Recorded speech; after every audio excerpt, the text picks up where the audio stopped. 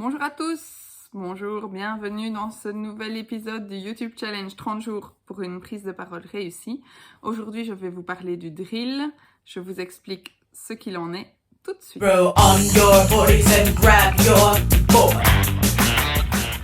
Alors, bonjour à toi qui suis ce challenge 30 jours pour une prise de parole réussie. Aujourd'hui, je vais parler de quelque chose de très important que tu risques de ne pas apprécier, mais je te demande vraiment de suivre cette vidéo jusqu'au bout parce qu'elle est très importante et elle va vraiment t'apporter quelque chose. Donc, même si tu n'aimes pas ce que je vais te dire au tout départ, je t'en prie, suis-la jusqu'au bout. Alors, le drill, qu'est-ce que c'est ? Le drill, vous en avez peut-être déjà entendu parler quand vous faisiez du calcul mental. Ça remonte peut-être à très longtemps, mais le drill, c'est le fait de répéter pour qu'au final, les choses deviennent automatiques et qu'on n'aille plus à y réfléchir.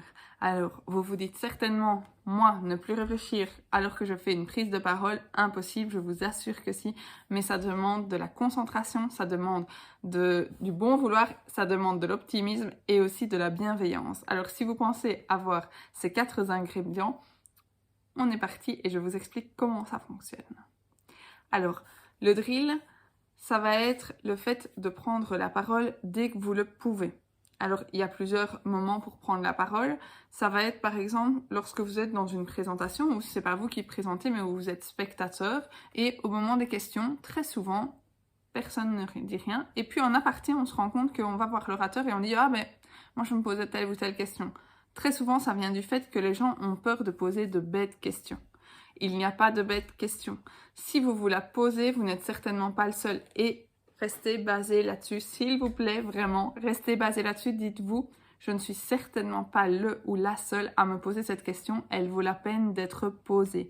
Posez-la. Parce que souvent, moi c'est quelque chose que je vois beaucoup chez mes coachés, on a la peur de se sentir bête, on ne pose pas une question et au final, on se retrouve à un moment à avoir une présentation où 10 personnes viennent poser la même question à l'orateur, tout simplement par manque de confiance en eux. Même si vous n'êtes pas sûr, même si vous dites ma question est peut-être bête, dites-vous que vous n'êtes certainement pas le ou la seule à la poser et posez-la. Ça va vous exercer à parler devant d'autres personnes, à devoir prendre sur vous malgré votre manque peut-être de confiance et à avoir un discours en attente d'une réponse qui est un discours quand même très important. Parce que les présentations, c'est bien, mais une présentation, elle est intéressante quand elle demande de l'interaction. Donc vraiment, ça, c'est une première chose. Dès que vous vous posez une question, stop à cette croyance « ma question est bête », mais plutôt « je ne suis pas la seule personne à me la poser, je fonce et je la demande ». Ça, c'est le premier astuce pour prendre la parole dès que possible. Le deuxième, c'est lorsque vous vous retrouvez avec des personnes, alors je sais qu'ici avec le Covid c'est pas facile, mais ça commence à se reprendre un petit peu et donc on peut espérer qu'on va revoir du monde. Quand vous êtes à un événement où il y a des gens, intéressez-vous aux gens. Allez vers eux, dites-leur, je m'appelle un tel, je fais ça dans la vie, et vous, qui êtes-vous ? Et intéressez-vous sincèrement à eux en leur posant des questions.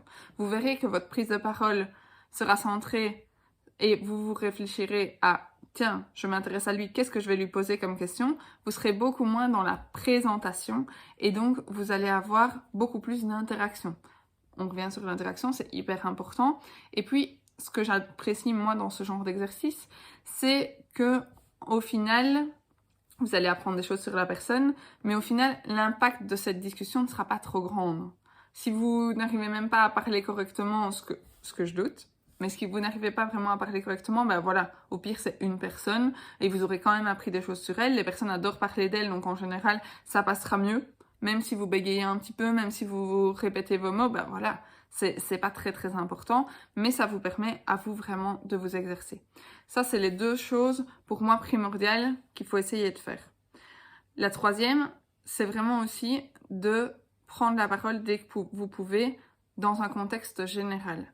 Dès que vous avez l'occasion, alors je ne dis pas qu'il faut avoir un mot à dire surtout, mais dès que vous avez l'occasion d'échanger avec quelqu'un, que ce soit en aparté avec une seule personne ou que ce soit en groupe, essayez. Essayez parce que vous allez avoir des automatismes qui vont venir, ne fût-ce que dans votre présentation.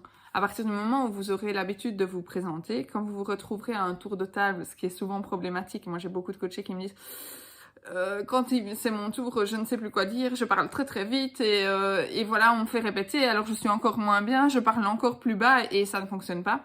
Bah, si vous l'avez déjà fait avec 20, 30, 40, 50 personnes, au final, ça viendra naturellement. Et ce que je veux vous dire ici, c'est que le fait qu'il y ait des choses qui viennent naturellement, elles vont laisser place à l'imprévu. L'imprévu, ça va être une question. Ça va être quelqu'un qui n'est pas d'accord avec vous. Ça va être le fait que vous vous perdiez, par exemple, dans ce que vous dites. Ça arrive aux meilleurs orateurs. Mais ils ont tellement l'habitude de parler qu'ils ont l'espace et la place dans leur cerveau, si on peut dire, pour l'imprévu. Voilà, si moi je suis habituée à vous dire, je suis Victoria Defesch, je suis coach en communication et en prise de parole en public, et que, paf, j'ai une question, quelqu'un, ah oui, mais moi, je sais ce que je dis, c'est automatique, je peux me concentrer directement sur ce que la personne vient de me demander et je peux lui répondre tout en sachant exactement où j'en étais dans ma prise de parole. Si on n'a pas ce drill, on doit se concentrer tellement fort sur ce qu'on est en train de dire que dès qu'il y a un imprévu, c'est fini. C'est très compliqué de revenir sur sa présentation. Et les imprévus, au départ, quand on commence la prise de parole en public, ça peut être uniquement un papillon qui vient voler devant soi.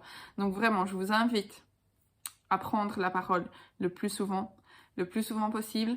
Et une chose qui est primordiale, je vous parlais de bienveillance. Essayez, s'il vous plaît, de ne pas voir ce que vous avez loupé, mais ce que vous avez acquis. Donc si la première présentation que vous faites, vous devez répéter 3 fois ce que vous êtes, on vous fait répéter parce qu'on ne vous entend pas, c'est pas grave. Dites-vous la prochaine fois, qu'est-ce que je vais faire de mieux?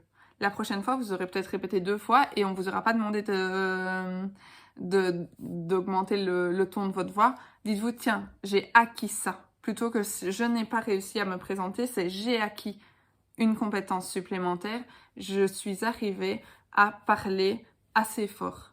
Après, ça va être peut-être, tiens, je n'ai plus dû répéter. La première fois que je me suis présentée, on m'a compris. Après, ce sera peut-être, ah ben, j'ai ajouté des compétences dans ma présentation. J'ai ajouté des mots. Voilà. Moi, je vous invite vraiment, vraiment à vous concentrer, à être bienveillant vis-à-vis de vous-même et à vous dire, qu'est-ce que j'ai réussi à faire de plus qu'à lors de ma dernière prise de parole et pas l'inverse et pas vous dire qu'est-ce que j'ai encore raté. C'est ce qui va vous permettre de prendre confiance, c'est ce qui va vous permettre de vous dire que vous avez une meilleure prise de parole et c'est vraiment ce qui va vous permettre de l'avoir, cette meilleure prise de parole. N'hésitez pas, si vous avez des questions en commentaire, à me les mettre. N'hésitez pas si vous voulez échanger, de passer via ma page Facebook, le lien est aussi en dessous ici de la petite vidéo. On échange quand vous voulez. Ici, les maîtres mots, vraiment drill et bienveillance. Je compte sur vous. À la prochaine vidéo.